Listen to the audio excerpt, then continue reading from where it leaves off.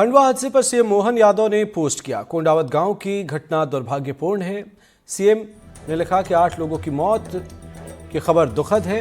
मृतकों के परिजनों को आर्थिक मदद, परिवार वालों को परिजनों को 4-4 लाख रुपए की मदद।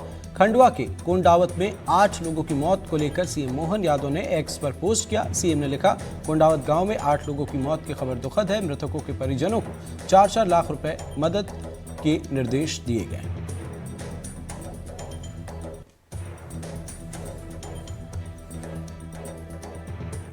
राजधानी भोपाल में मुख्यमंत्री मोहन यादव ने स्कूल शिक्षा विभाग की समीक्षा बैठक की। इस दौरान सीएम ने नए सत्र की शुरुआत पर छात्रों को किताबें उपलब्ध कराने के निर्देश दिए। साथ ही अधिकारियों से स्कूल चले अभियान की जानकारी भी ली।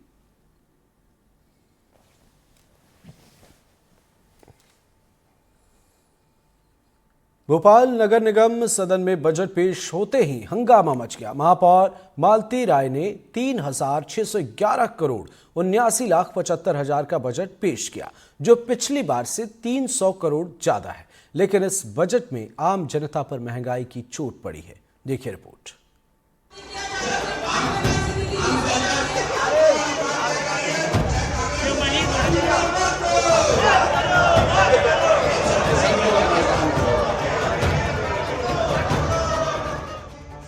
भोपाल नगर निगम में 3611 करोड़ 79,75,000 का बजट पेश होते ही हंगामा मच गया। पिछली बार से 300 करोड़ ज्यादा, लेकिन जनता के लिए महंगाई का बोझ। प्रॉपर्टी टैक्स में 10% की वृद्धि हो गई। जल दर और ठोस अपशिष्ट शुल्क में 15% की वृद्धि हो गई। प्रभावित उपभोक्ता हैं 5,62,000 प्रॉपर्टी मालिक, 2,75,000 लोग जिनके पास नल कनेक्शन है। यहाँ पर इस बात का विवाद है कि 31 मार्च के बाद जब हमारा फाइनेंशियल ईयर खत्म हो जाता है उसके बाद हम कोई भी बजट प्रस्तुत नहीं कर सकते, संपत्ति कर और न प्रॉपर्टी टैक्स बढ़ा सकते।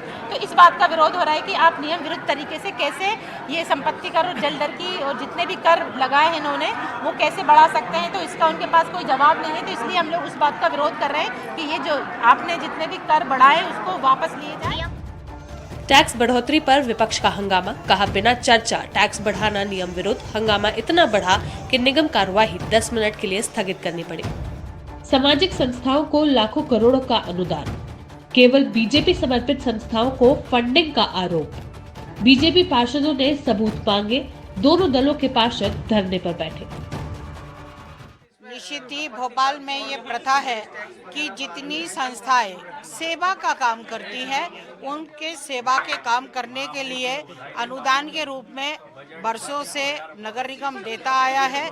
और हम तो एक बात कहते हैं कि हम किसी पुण्य को नहीं कर पा रहे, लेकिन जो संस्था यदि कोई काम कर रही है, यदि हम उसको मोटिवेट करते हैं, उसको जो सहयोग हो सकता है नगर निगम के माध्यम से दे सकते हैं, तो हमें देना चाहिए और हमने दिया है। बढ़े हुए टैक्स से जनता नाराज। लोग बोले, टैक्स तो हर साल बढ़ता है, सुविधाएं कहाँ है। इन करों के जो बदले में हमें सुविधाएं हैं, वो क्या हमें मूलभूत सुविधाएं मिल रही हैं, और अगर नहीं मिल रही हैं तो इसकी मॉनिटरिंग कौन करेगा, कि इसका जिम्मेदार कौन। टैक्स है, गवर्नमेंट डिसाइड कर रही है, तो कुछ ना कुछ सोच के ही डिसाइड कर रही होगी वहाँ पे, है ना। जबरन तो कोई भी टैक्स नहीं वसूलना चाहता है, और ऐसे कॉमन मैन तो डेफिनेटली टैक्स कभी भी बढ़ेगा तो उसके पॉकेट पे, उसके बजट पे तो उसका इफेक्ट जरूर आएगा। सरकार अगर हमसे टैक्स ले रही है तो हमारा स्वच्छ पानी और नाली अच्छे से बनाए, सड़कें बना के दे, तो हमें लगे कि हम टैक्स दे रहे हैं। खैर, सवाल तो यह उठता है कि करों की बढ़ोतरी के बावजूद मूलभूत सुविधाएं क्यों नहीं सुधर रही। भोपाल नगर निगम के सदन में मालती राय जो महापौर है, उन्होंने अपना तीसरा बजट पेश किया। तीसरे बजट में कई बड़े बदलाव जो है वो देखने को मिले। प्रॉपर्टी टैक्स की बात की जाए तो उसमें 10% की बढ़ोतरी है।